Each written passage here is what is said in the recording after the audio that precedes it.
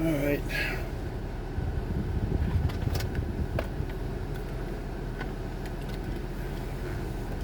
Let's call person in Snellville.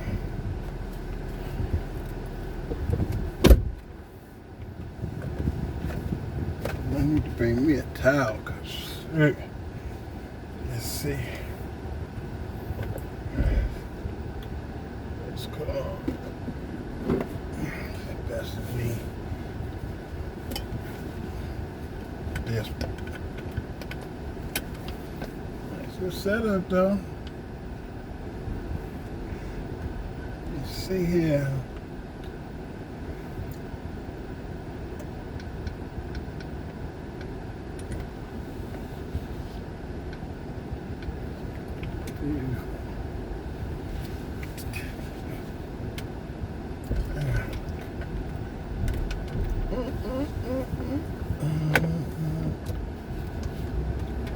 Let's see.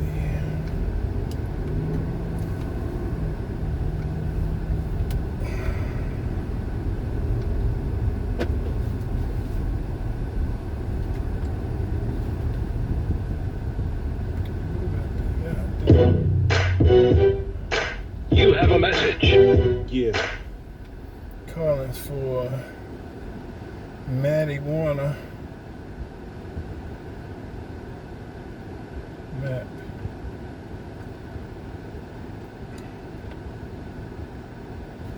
Go now.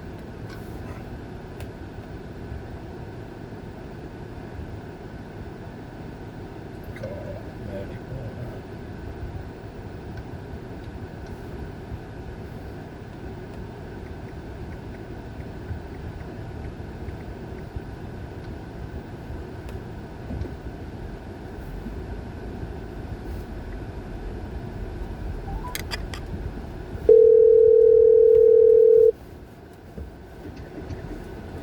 Miss Warner? Hi, Hi, this is Doug with Appliance Repairman. How you doing? I'm good. I'm calling about your... I'm- Go ahead. Okay, I've contacted another company that's coming out this evening. Was it Appliance Repairman? No, it's Snellville Appliance. Okay. I need you to call Appliance Repairman back. They won't let me speak for you and cancel this call because I was headed your way. Can I get... Why you coming? Why you headed my way? We hadn't talked. I know. You said you got someone else coming, right? Yes. Okay. I've already paid them. I understand. Oh, wait a minute. How much? Was it $79.99? Yeah. Do you work for Snellville Appliance? Wow, they wouldn't. Let me explain here. I got a ticket from Appliance Repairman. You pay. It says you pay $79.99 to come give a diagnostic on your Samsung top load wash machine. The lid is not locking. All right, but the company I called was Snellville Appliance. So you like subcontracted out to them or what? I think they are. I'm third party. You call them, they call me. Well, as long as okay, if you come, that's fine with me. I just need somebody to come as long as that's what I paid. I got this. Shows that you paid with a credit card. Okay then, but the thing is, nobody's at my house now. They're supposed to come between 5 and 7. Well, I had an appointment, and my husband had a doctor's appointment. Nobody's at home. We said 5 and 7. I won't get to Snellville till 3 o'clock. I'm at Stockbridge. I got a little ride. No one may not be there at 3. My husband's appointment is at 3 o'clock. I won't. That's why I told the lady 5 to Well, 7. I'm just calling to confirm. Okay. Okay, but I'm just making sure because it says here that I've got I won't get the Snellville. You want to send me a screenshot of what you have, and I can reconfirm with them that they, subcontracted it out. But I thought it was Snellville Appliance. But if you it got could the be order, there. Yeah, I'm getting ready to send it to you right now. And if that's not them, Okay. let me know because you just spent $80. Okay, Uh, all right. They might have subcontracted out and just didn't tell me that. That's yeah, fine. yeah. And they don't have no Okay. team. They just be subcontracting stuff out to people. All right, I'm going to Oh, text it okay. to So you. do you need to know what kind? Because my husband sent me a copy of the make and model of our washing machine, but what it is, it's the clip that Hmm. locks the lid on the washing machine. It's not catching. Right. It's a top loader. It is. It's a Whirlpool. Oh, Yes. they said it's a Samsung. I thought it was a Samsung, 'cause that's what we used to have. But then when I got home, it's a Whirlpool. So I'm like, well, God darn it. I told my husband to send me a picture of it, but it's a Whirlpool. All But right. I got the model number and everything from it. I don't Send know if you that. need that. I'm going to text you with the work Uh-huh. order, and you text me back that stuff you got.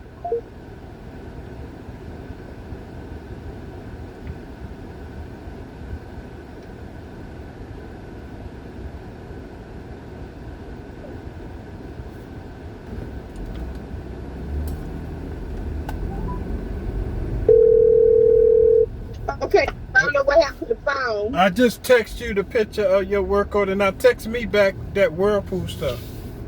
Okay, I will. All Thank right. you. I'll see y'all at Uh-huh. 5. Okay, thanks. Yep.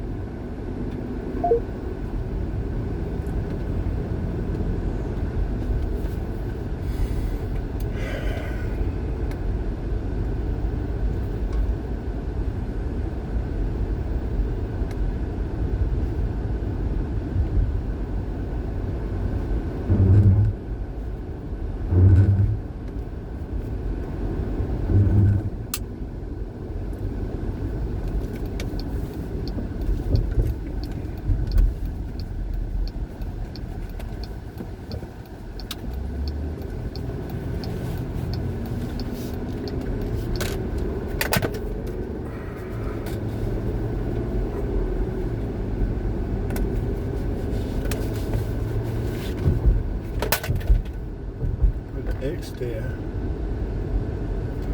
Oh.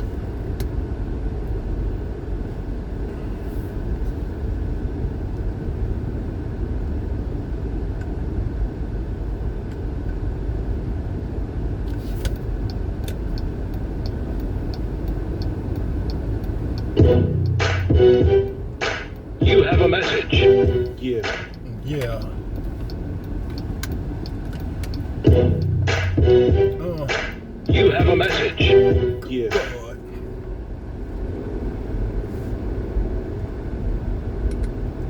Okay, let's get on to the crib, because ain't nobody gonna be there to 5. He had the doctor's appointment in Dwayne. Oh, You have a message. Yeah. still doing a verdict watch?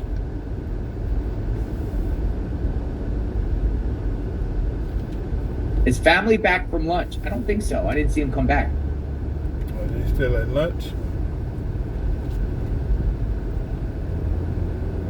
I'm just throwing this in at the beginning because we're going to do a giant drama thing between Elon Musk and Trump. But I just wanted to say JD here, Vance I'm going to breaks come the back tie. to you guys at the end on this video. Vance breaks 50-50 tie as the Senate passes the GOP mega bill after voting around the clock. So it just took another step. I'll see you at the end of this video. Trump and Elon Musk are at each other's throats. This is going to be very conversational because I have to get into the thinking behind these different camps within MAGA, within the Republican Party, within America. I'm going to explain to you why Thomas Massey and Rand Paul and Elon Musk and the people who oppose this bill come from a more atheistic place. Let me explain myself, please. I've been thinking about this stuff for a long time. Okay. Doesn't make me right. I always love hearing from you guys in the chat. The most important part about this show is you coming in and telling me what you think. So I'm just giving you guys ideas. And I think if you'll give me a chance to make my case, I think I can make it pretty well. Okay. So first of all, here's some of the fallout. This guy, Merrick Lackner, says Steve Bannon wants to nationalize SpaceX. So Steve Bannon is one of Trump's buddies. And then here's Elon Musk.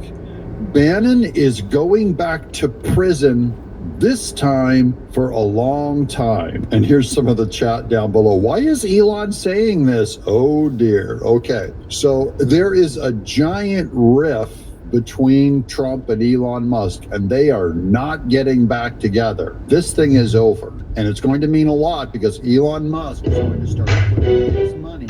You have a message. He's putting it behind to defend libertarians, guys, which is libertarian atheism, like Rand Paul and Thomas Massey. But there's some good news. I'm going to give you, there's so much news to share on this thing, guys. So many moving parts. All happened overnight. We're going to be covering this all day, too. Okay, here's Sarah Huckabee Sanders. Here's Diego Andreas Moonholtz. News. The Senate has removed the AI moratorium. Remember, in the House, that's what Marge Taylor Greene said. This is a big no vote. The Senate removed it from the reconciliation bill in a whopping 99 votes to 1. That means Republicans and Democrats came together, and there's only one vote that wanted to keep the AI carve out. And that one vote, well, they're probably getting billions of dollars from the big tech guys. It deals a massive blow to the effort to make this happen in the GOP package. So this is going down. And then here's Sarah Huckabee Sanders on Twitter. She says, this is a monumental win for Republican governors. President Trump's one big beautiful bill and the American people. Thank you. This is Tennessee, my Tennessee's Senator Marsha Blackburn for leading the charge in the Senate to defend states' rights. Remember, that argument was first made in the House over by Margie Taylor Greene, and then it got carried by Marsha Blackburn in the Senate, saying, look, the states, you cannot have this carve out for AI that protects them from lawsuits, from states' rights, from state citizens for 10 years. That's ridiculous. So they voted it out. And so that fundamentally changes that part of the bill, and that means that poison pill is removed. So Margie Taylor Greene is freed to vote yes on the big beautiful bill that she said she would only vote on. Now comes the other trouble. Oh my gosh, this is going to get hairy, guys. You're not going to believe this. Here's Elon Musk indicates he'll donate to Rep. Thomas Massey, a Republican who has been excoriated by Trump. President Trump has indicated he will campaign against Massey. Here's a couple of quotes. Massey should return the donation. That will make him appear truly independent. No, he needs the money. I really enjoy Thomas Massey a lot. I just totally disagree with his fight against Trump and against the big beautiful bill, even though I get these guys, man. I get it. This is a hard bill to vote for. But you know what? This is another big picture thing. No one gets their way. Elon Musk is learning how the sausage is made. He's going, holy cow, this is ridiculous. What do you mean we're raising the debt by $1 trillion, $2 trillion? What do you mean? Yeah, that's the way it's done. Trump did not run on lowering the debt. He is a big spender. He's only saying we can lower the debt on another bill, but right now let's enshrine that 68% tax cut from 2017 before it automatically bumps up. So that's the big fight. I've gone over this a lot. I'm going to keep repeating it so it becomes clear to all of us where the boundary lines are on this thing. So now you think, oh, Elon Musk is going to fund Thomas Massey. Yes, he is. Elon Musk, in fact, is talking about that stupid third party again, which is ridiculous. It's the only way that the Democrats can win in 2026 and 28 is if Elon Musk starts a third party. He doesn't care. He's ready to burn it all down. Fine. We'll keep following it. We're also fans of Elon Musk, okay? He's just wrong. Here's the Trump war room. Donald Trump says, new poll, anybody I endorse beats Thomas Massey of Kentucky by 25 points. Get ready. Massey is a very bad guy. That's what Trump says of Massey. He is hunting him down because Massey is creating all the trouble in this bill. Notice Trump's not going after Rand Paul as hard, although Rand Paul is exactly as bad as Massey. So that's where the fight is going now. Trump is keeping it personal. I'm just going to read this for you guys. You're going to go, Doug, why are you bringing philosophy into this thing? I'm going to tell you why I despise libertarians. And again, many of you are libertarians. Libertarian is a atheistic worldview. It's like Republicans, but you remove the made in the image of God foundation, and in the end, libertarianism does not have the ability to even defend its own philosophy because it's atheistic. It is a philosophy that tries to pull itself up by its own bootstraps and fly in the air. Okay, here goes. I asked Grok about the philosophical foundations of libertarianism. And here you go. You can argue with AI. How's that? Libertarianism is rooted in individual autonomy. Okay, that is, you are just free for just yourself. By the way, that is already atheistic, because in the Bible, it says we're to serve others. Now, you can't enshrine that in a political philosophy, I get it. But the individual autonomy and the idea that I don't have to do anything, that is not America. America is not, I'm free to do nothing. I don't have to do anything. America is, the tree of liberty is sometimes watered by the blood of martyrs, patriots, people. We were in service to each other. We gave our lives for each other. That's what a patriot is. And then suddenly along comes libertarianism and goes, you don't have to do anything, and you don't have to spill any blood. You don't ever have to go overseas. You don't have to ever fight a war, and you still get all of the goodies. Just give me my adult movies, just give me my video games, give me my money, and I don't have to do anything for anyone else. You can't, it's freedom without responsibility at its foundation. Okay, rooted in individual autonomy and the non-aggression principle, which is near pacifism. Do no harm is the non-aggressive. It's called the minimal ethic. It's as you can sit around and claim to do good when you go, I didn't do anything. I'm non-aggressive. The Bible calls us, not the government, but individuals, is the Good Samaritan. Is Samaritans were bad dudes in the Bible, and all of the righteous dudes walked past the guy who was beaten and without a home, and the Good Samaritan comes up to him, provides him a hotel room, all the food he needs, and pays for him. And Jesus goes, who is my brother? Who is my son? Who is the person of faith? What happened to you, nigga? Why you all in that religion? Move along.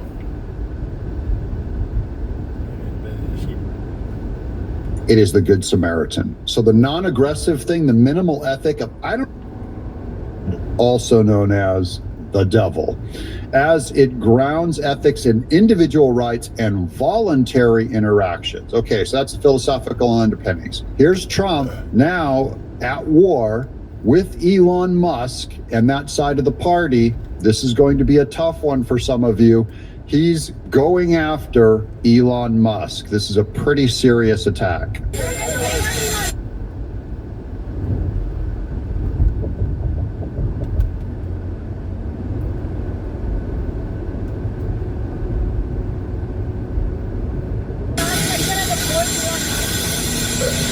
I don't know. I think we'll have to take a look. We might have to put Doge on Elon. You know? We might have to put Doge on Elon. He's saying Doge should go in and investigate all of his rocket companies and even his citizenship. Now, Trump doesn't mean this, of course. Trump is being a mafia boss. This is how Trump, the big dog, does business. Now, you don't have to like it. This is why he won. This is how he's running the country. This is what populism is. This is not conservatism. It's not republicanism. It's he brought along Elon Musk, needed him, Elon Musk helped him, and then Elon Musk turned on Trump. And now Trump is going to get out a baseball bat and put him down. He's going, oh, you want to play against my politics and against my presidency? We might have to sick Doge on you. You know what Doge is? Doge is the monster that might have to go back and eat Elon. Wouldn't that be terrible? It's the monster that might have to go back and eat Elon. He gets a lot of subsidies, Peter.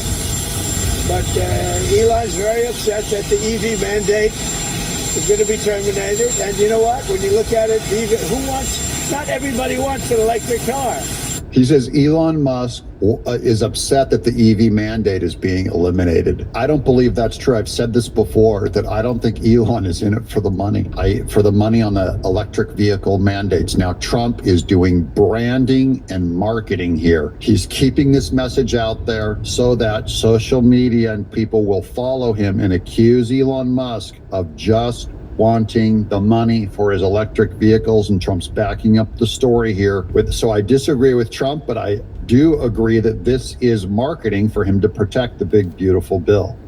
I don't want an electric car. I want to have maybe gasoline, maybe electric, maybe a hybrid, maybe someday a hydrogen. If you have a hydrogen car, it has one problem. It blows up, So I'm going to give that one to Peter.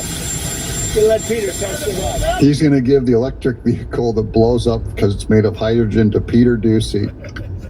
He's using humor. This is how Trump markets. I got bad news for Elon Musk. You go against this guy, you're going to lose. Because people go, oh, but Elon Musk is the richest man in the world. Trump beat the richest woman in the world. Kamala Harris is $1.5 billion. Trump spent $500 million. Half of it from Elon Musk, by the way. And Trump beat her because money is not what runs politics. It's a lie. You'll hear people say it over and over again. This is also my fight against libertarianism, who are just about fiscal economic conservatism, and they don't care about the social values. They don't care about abortion, gay marriage. They believe in taking drugs, open drug use. They believe in open borders. They don't even believe in a standing military. If you follow that philosophy to its core, they're against all that stuff. So Trump is going after Elon Musk here, and Trump is more popular. Charisma and popularity beats money every time. And Trump has more charisma and more popularity as a character than Elon Musk does, so he wins this war. Here's more. This is posted by Dom Luker. This is another Trump post on Elon Musk. Elon Musk knew long before he so strongly endorsed me for president that I was strongly against the EV mandate. It is ridiculous and was always a major part of my campaign. Electric cars are fine, but not everyone should be forced to own one. Elon may get more subsidy than any human being in history by far, and without subsidies, Elon would probably have to close up shop and head back home to South Africa. Ouch. No more rocket launches, satellites, or electric car production, and our country would have a fortune. Perhaps we should have Doge take a good hard look at this. Big money to be saved. That's a threat from Trump. Now, in Trump's defense, if Kamala Harris won, Elon Musk would lose every business and would go in jail. What Trump is saying, you have a chance with your businesses with the Republican Party. This is how the Mafia Don does it. Donald Trump. He goes, oh, you want a big, beautiful rocket company? You stay with us. You'll get farther. By the way, Trump would have lost if he went independent. Even Trump had to go to the Republican Party to win. Rand Paul, who's a libertarian, had to go to the Republican Party to win. Thomas Massie had to go to the Republican Party to win. Tulsi Gabbard had to go join the Republican establishment to win. RFK Jr., an independent who got shot down by Democrats, had to join the Republican Party to win. If you are a libertarian and you start a libertarian party, you get 3% with those loser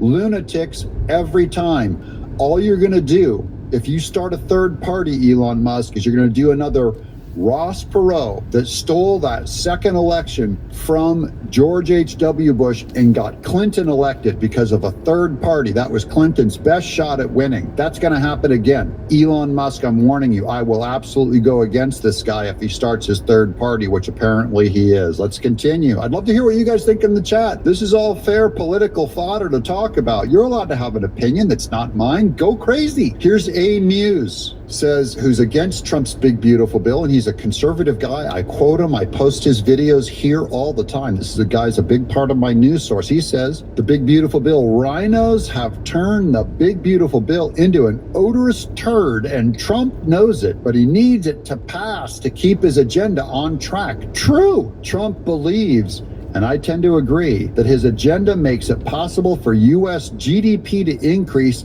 3 to 4% per year. This is what we talked about with Scott Bessent, with Trump's tariffs and with growing the economy. you can outgrow that debt ceiling being raised. That debt, Trump can bring in trillions more dollars. Okay, that's one way that you do is you grow the pie, which these fiscal conservative libertarians don't understand or they disagree with. They believe if you make more money that it'll just be spent, which could be true. If it does, the profligate spending won't matter. But I do not think Congress with its current members has the will to do any better. Here's Donald Trump's tweet. The United States has a chance to do something that should have been done decades ago. Don't be weak. Be a panicking. That's what we're because they panic. That's what Ron Paul and Thomas Massey are. They're called panicans. Don't be a panican. A new party based on weak and stupid people. That's what he's calling Elon Musk's new party.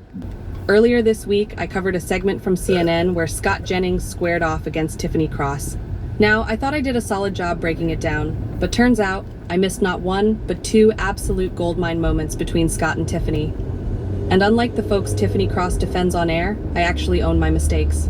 So here I am, making it right. What you're about to see are two moments that didn't just slip through the cracks, they exploded through them. And no, not because they were full of facts or constructive debate, quite the opposite. These clips showcase Tiffany Cross doing what she does best, going on an emotional rant about how America is fundamentally broken, unfair, and irredeemable, all while sitting comfortably on national television, earning a great living, and being treated as a thought leader. Now look, I'm not trying to be snarky for no reason, but it's hard not to laugh when someone shouts about systemic oppression while comfortably perched at CNN, speaking over people who actually bring data, clarity, and yes, patriotism to the table. Enter Scott Jennings. What you're going to witness isn't just a rebuttal. It's an effortless takedown. Scott doesn't need to yell, he doesn't need to posture, he doesn't need to throw around buzzwords. All he does is speak calmly, clearly, and with reason. And in doing so, he leaves the entire panel, especially Tiffany, scrambling for footing in a debate they started, but clearly didn't think through. This isn't just about liberal versus conservative.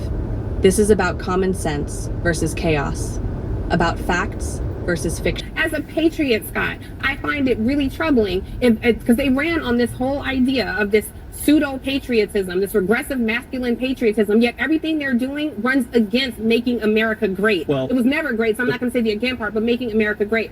You're trying to defend the indefensible. Yeah, I absolutely feel that way. I absolutely feel that way. And I think if you had the history that my people had in this country, that you might have a modicum of understanding and respect for that. America was never great for me. I think when we talk later about why the Democratic Party is so unpopular, I'm not here to represent the Democrats. I'm here representing me, and I think it is a common understanding that America may have been great for you. It was not great for me. I think there are people who want her to fulfill that promise. But the point of this discussion right now is the national security of this country, which your party put at risk. I'm not a member of the Democratic Party. I'm not here to represent them. But for me as a journalist, I'm telling you, this was a huge problem. So instead of attacking Jeffrey Goldberg, what they could do is act like men and own this mistake, since they ran on this regressive masculinity campaign, act like men and say, you know what, we failed. But instead what you heard was this president yet again lie and say, oh, I don't know anything about it. Soon enough it's going to be, I don't know this Hexef guy that well. It's a consistent party of lies with this guy, and it's disturbing that there are so many people willing to defend this instead of saying, yes, this is a problem. They have not taken responsibility. We can set aside our political differences. The White House has literally admitted that the messages are authentic. Cool. And that Donald Trump Brian Hughes, the spokesperson for the National Security Council. Well, the president did it. So there you go. And number two, they we just heard from people that said he did it. They have said they're looking into and trying to figure out how this happened. You know, you raised the issue of patriotism. I think the Patriotic Act was what the president did in ordering the strikes in the first place. Go back in time. It was Biden who took the Houthis off the terrorist list and let this problem fester for 4 years. The only reason this situation occurs today is because they've been harassing ships, harassing our Navy, and finally Trump shows up, redesignates them, goes to war. The ships are still not using the Red Sea, though. Goes to war. The ships have not returned to the Red Sea. And the strike and the military precision at which it was carried out was incredible. So what we have here, you raise the issue of patriotism. The Patriotic Act is for the commander-in-chief to do the right thing, which he... All right, let's talk about something that really got under me. Act here. We're talking about using this wartime powers to attract what they call gang members. But there is still a human rights issue, and the way that these people are treated is completely inhumane. And the fact of the matter is, if these were white babies being stripped from their families, if these are white men with families, there would be a whole different level of humanity extended to them. And I don't see that happening. The way these people are treated is absolutely criminal. Yeah. Yeah. Scott, very quickly, I mean, obviously there's a huge dispute between the executive branch and the judiciary over who's got what authority to do what here. I think the Trump administration has an argument to make. It's not going to be sorted out at the district or even Court of Appeals level. At some juncture, because it is a serious separation of powers issue, the Supreme Court has to step in. By the way, you invoked the word inhumane. I would just point out that I don't think Jessica Nungare or Laken Riley or any other victims of some of these illegal immigrants and gang members, they weren't treated very humanely. And I think what Trump is responding to is an outcry from the American people to solve this issue, to get the criminals out. And that's what they're doing. That's what they believe their mandate is to do. And I think there are legal arguments to be made, but you cannot deny that the American people are giving them the benefit of the doubt when it comes to exiting from the country these animals. All right, deep breath, because this next part, it's one of those moments. President Trump, as he has touched down in Florida to take a look at a facility that can house up to 5,000 of the worst illegal aliens. He's touring that facility, and we may hear from him again. That's when we're scheduled to hear from him again. So he's on the ground now, he's spoken just once, and in the next few minutes, he will be touring that facility. And it's continuing efforts on his promise of zero tolerance for illegal immigration and the further crimes that illegals commit here. Not all, but enough. So-called Alligator Alcatraz is where he is. Again, it can house thousands of the worst. I'm Harris Faulkner. You are in the Faulkner Focus. The Department of Homeland Security is highlighting that point in a recent post. The AI-generated image shows a group of gators wearing ice caps at the site. Well, not really, but that's AI. The fully equipped facility has a processing and deportation hub. Also, its own airstrip for direct removals. Florida's Attorney General. This is just the start. We're going to have other facilities here in Florida. We're happy to work with the federal government to serve as a pilot where hopefully other states can come on board. We've got to get the flights going out quickly. We're going to help President Trump do that. And the Justice Department is also stepping up enforcement measures. A recent memo says that department is now prioritizing stripping naturalized Americans of their citizenship if they are facing certain serious criminal charges. Alexandria Hoff is at the White House now. Alexandria. Hey, Harris, let's start with that last part real quick. The important word there is naturalized citizens. These are not people who are American-born, convicted of certain crimes who are now being deported. These are special circumstances. The DOJ memo, they said to prioritize, for those attorneys to prioritize denaturalization. And this has actually already been carried out. There was an individual who was a U.S. Army veteran, originally from the UK, though. They were convicted of distributing child sexual abuse material. That's something that they admitted to having done prior to applying for citizenship, meaning they lied in their application about being a criminal. They have now had their citizenship revoked. So that's the line that's going to go down there. Down in Florida now, President Trump, as we saw, arrived to the state last hour. He is now embarking on that tour of Alligator Alcatraz. We heard from Governor Ron DeSantis. He said this facility will be open once the president departs from the facility today. And the governor said the goal of this repurposed airfield that still does have an airstrip is for stays there to be short, for due process to be carried out, and for those individuals to be sent out.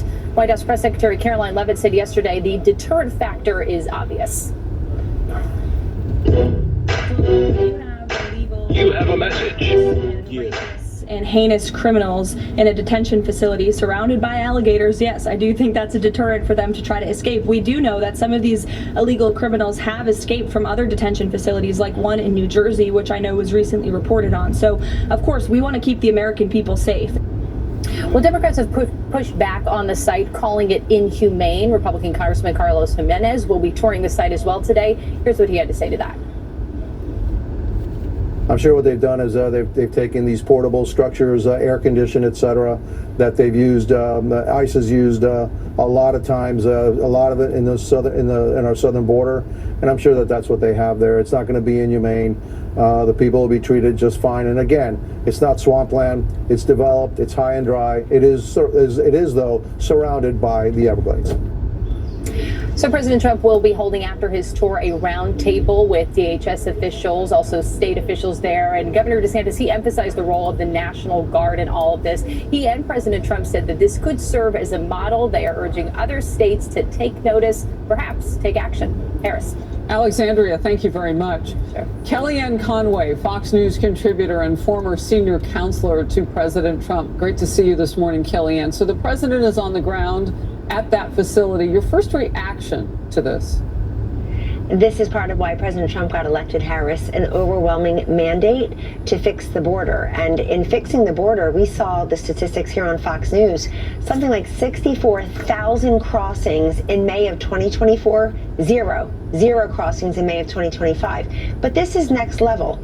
These are different states saying we're going to help accommodate the deportation, the processing, the paperwork of the worst, as you say, criminals who need a place to stay in humane conditions. No doubt. I've been down to the border. I've toured these facilities. I've seen diapers and feminine hygiene products and water and food till the eye can see, and lots of air conditioning until they can be processed, until they can be sent back to the home country where they belong, or to a third-party country, which the United States Supreme Court said we should be doing.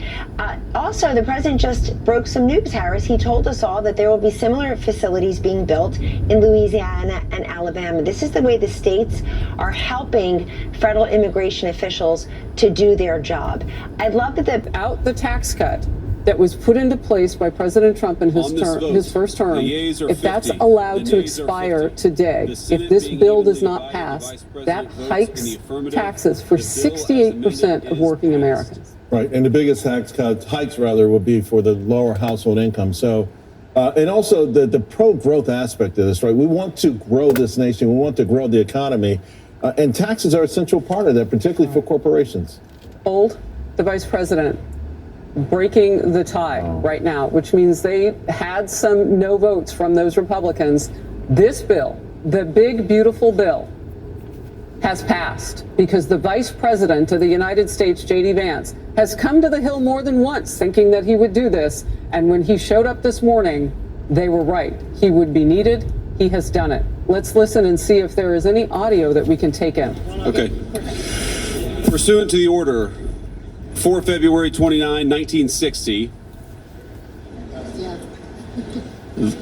the hour of 12 noon having arrived, the Senate having been in continuous session since yesterday, the Senate will suspend for a prayer by the Senate chaplain.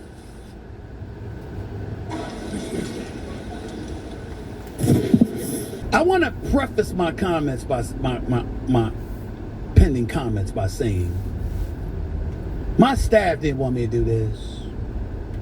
You know, they didn't want me to bring this up. So because of them, out of respect for them, I'm not going to mention names or the trifling ass individuals that keep talking shit about me. See, I don't mind. That's the thing that people miss. This kind of stuff makes me happy. It's right up my alley. It's right up my alley. It don't bother me. It didn't bother me before I got paid. It didn't bother me before I returned back to Sirius XM starting September 2nd. It didn't bother me before I had my own YouTube channel. You know damn sure don't bother me now. Only thing that bothers me is when people ask me not to say anything. I like to choose, even though I have the power to do so, I like to choose, but I listen to my teammates. I listen to my staff. I listen to people who I know love and support me because they got my best interests at heart. You feel what I'm saying? So I get it. But I saw people on the air. First of all, let's go down the list. They got on me for playing solitaire for a couple of minutes during the NBA game. Even contemporaries on other networks were talking about me. for some footage to be drawn up or something like that. You know what I was doing? Solitude. We worked any longer. Is what I really came here to say. I need this break. Similarly located. They're usually in the back. Sometimes there's like a little access panel that you'll need to take some screws off, or maybe it'll pop off. In this one, I guess I didn't even include one. So I'm here on the back side of my freezer, and you're just looking for something like this little dome. This is the compressor right here. You have a message. Yeah. This here is the starter relay, and then that's the capacitor. So again, locate your compressor, and then so that's one of the things that we're going to test. And then look off, usually to the left or maybe even the right. It should be pretty easy to find, but you should see some wires going into the relay. It might have a little like cover box over it, like a black box. So you might need to take that off. Usually there's maybe a screw or two that you need to take off, or it just pops off. This model, unfortunately, I guess doesn't have anything, so you can easily see it here. And again, don't get too worked up if you don't see something that looks exactly like this. This is called a combination relay, so it's a little bit newer. Some of the really older model freezers and fridges will have actually two separate kind of pieces, and that's why this gets its name. It's a combination relay where it has the two integrated. And then this little black thing here, that's the capacitor. Newer fridges will kind of look like this. They might be a little bit different. Older ones will actually have multiple parts that need to come off. But basically you're looking for basically wiring and some electronics. So again, we're gonna test these three things to see what is causing this freezer to not start. And obviously it could be the power wire, so that's an easy one to check. Make sure there's no gnaws or any loose sheathing or anything like that. Next, very like rarely, but you know, possible, is the compressor could be bad. So of course we'll want to check that, but honestly most of the time it's usually one of these two things that's the culprit. It's either the capacitor or the starter relay, and of course we'll diagnose those together. So with the fridge off and of course unplugged, we're going to start working around these wires. And of course if you don't feel comfortable, this job isn't for you, but you know, as long as you're safe and smart, you can do this. Take some pictures too of the wiring, because obviously you want to make sure you put the wiring back on the right terminals. So here we have the white wire on top and then the blue wire on the bottom. So I'm just going to pull these off. They should just slide right off. Perfect. And now we can, if we wanted to just check the capacitor, we could just pull that off in this type. So if you just, this just slides out. You can see here it has two little prongs that plug into the starter relay, and then there's a little hole here that slides onto this hook here. So we can test this.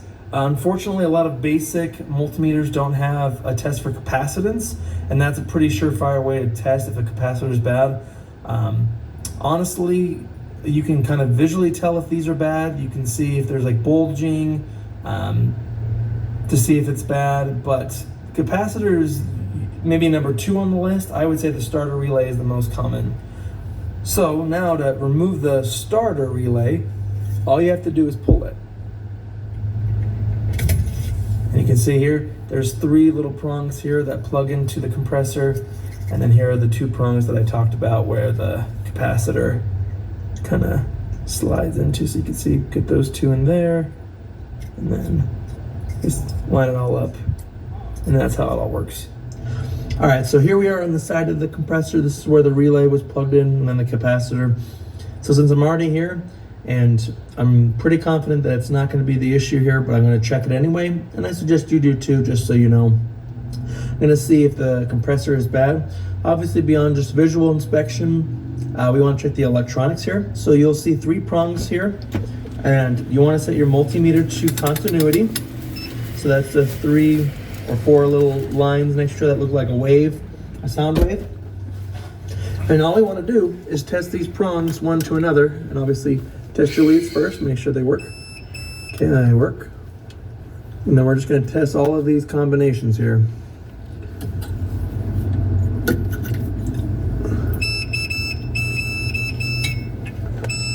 Okay, that top and bottom are good.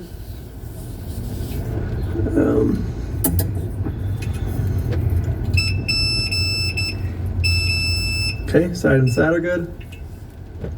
Now we gotta check these two.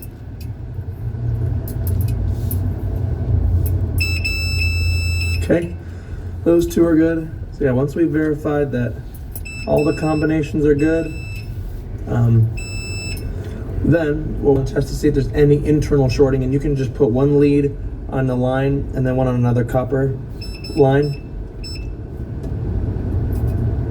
Okay. Good. So again, I just have one prong on one of the copper lines going to the compressor, and then I'm just checking all these leads here just to make sure that there's no internal shorting of the compressor. Perfect. So not a comprehensive test, but that's a pretty good indication if there's anything wrong with the compressor. So it looks like everything's as it should be. Now we'll move on to the relay and the capacitor to check those. You know, I gotta give credit where credit is due, and I know this is not too important, but I thought it was really cool to mention. As you can see, this compressor gives you all the part numbers. So we have the compressor part number, the overload, and the relay. It also gives you information about the compressor, such as the amount of voltage it takes, the locked rotary amperage, the hertz, I mean, all that kind of good stuff. And even here, it shows you what all the little terminals are and how the wiring is all configured. So I think that's pretty darn cool.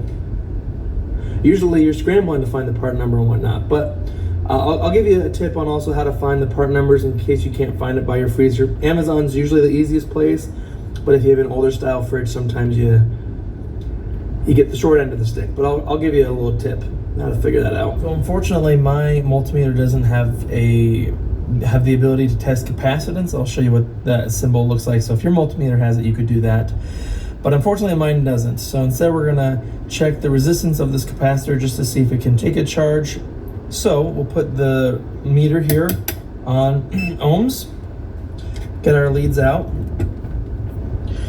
and then let's see if I can do this without blocking. This should increase. Okay, we'll try the other way maybe. Here we go. So as you can see, it is increasing there.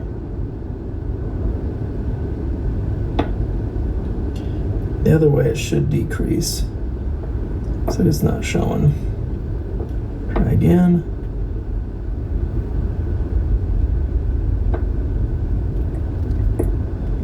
All right, so this capacitor could be good. It looks like that number was increasing, but then couldn't get a reading, so the capacitor could be bad. That is very much so possible. Basically what we should be seeing here with the capacitor is that number should continue to increase when you put it on the ohm setting. Again, capacitance would be a nicer way just to get a better idea of the state of the capacitor, but this is a quick and dirty way just to test the capacitor. So this is possible. I haven't ruled out the capacitor as bad, but again, the biggest telltale sign that it's likely the relay is that clicking sound. Now it could be, the capacitor working in concert with the relay is causing the issue. It's not supplying enough power and all that good sort of thing. So that's how you check the capacitor. If you can see here, it gives the microfarad rating. You can see it's 15 microfarads plus or minus 5%. So if you wanted, you could test it if your capacitor or your multimeter has capacitance, so you could test that to see if it is actually holding up to that. Also, you want to check around here for any physical signs of bulging, any leaking, damage, things like that. I mean, this capacitor looks fine. This looks a little bent, so I mean, that could be part of the problem, is maybe, this bent and therefore is not giving a good connection.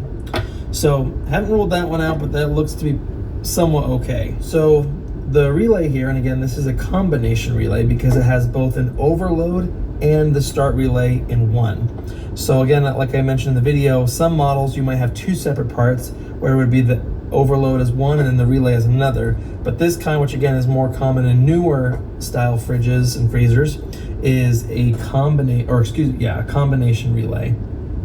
So what does the overload do? Well, the overload protects the compressor by allowing electricity to the compressor if the compressor is hard or unable to start. So that's an essential feature for the relay to kind of have that protective aspect to it, that overload. And Fortunately and unfortunately, the overload within these combination relays is unique to the compressor, which is why it's so important to make sure you get the right parts. Unfortunately, on the newer style relay, or excuse me, the combination relays, especially ones kind of within the last 10 years or so, those ones have actually integrated circuit boards, so you unfortunately can't test the prongs. You'd actually have to kind of do an inspection of the circuit board to see if it's wrong. But for these older style ones that don't have a circuit board, you actually can test the prongs to see if it's bad. Now, you might have heard in some other videos the rattle test that people talk about. Now, it does work to some extent. However, it depends all upon the type of the relay that you're working with. Again, there's the older style where they're separated, the relay and then the overload. There's these kind of newer-ish combination style, and there's the newest type of combination style. And all combination style like this one will have a slight tick to them because of the overload within them. So, as you can hear, like if you shake yours, you might hear a small little rattle. What we're looking for, and you can kind of get a sense of, is we're looking for a very loose rattle on the combination styles. They will have a noticeably louder and looser, I guess, ticking sound and clicking sound when you shake it. Now, obviously, this might not come through well on the camera and through the microphone, but there's a pretty decent click in there. If you watch other videos, you might see people that shake good ones versus bad ones, and there's a slight little click. But this one, I mean, you can hear it's pretty loud, to be honest with you. So that one I wouldn't say is a guaranteed, especially if you haven't a lot of experience with it. You might not know if it's a loud or a quiet click, if you will, if it's a normal click or a bad click. That's where our multimeter is going to come in handy, because we're going to want to check a few things on here. So the next thing we want to do is assess the continuity, or basically want to check the overload, because that could have been fried. Maybe it's not doing its job in terms of allowing the electricity to flow. So that could be part of the problem. So what we'll want to do is get our multimeter on, and then we'll want to go to the lowest resistance rating setting. And then on the back of our relay, so this is where it plugs into the compressor, we want to plug one lead in here, and then another lead here on the other side, and see if we get anything. So as you can see, the multimeter has not changed. The OL stands for an open line. Therefore, there's nothing kind of going on here. All right. So with that said, I mean, that doesn't bode well for our for the starter here, for the starter relay. And again, so far we have a pretty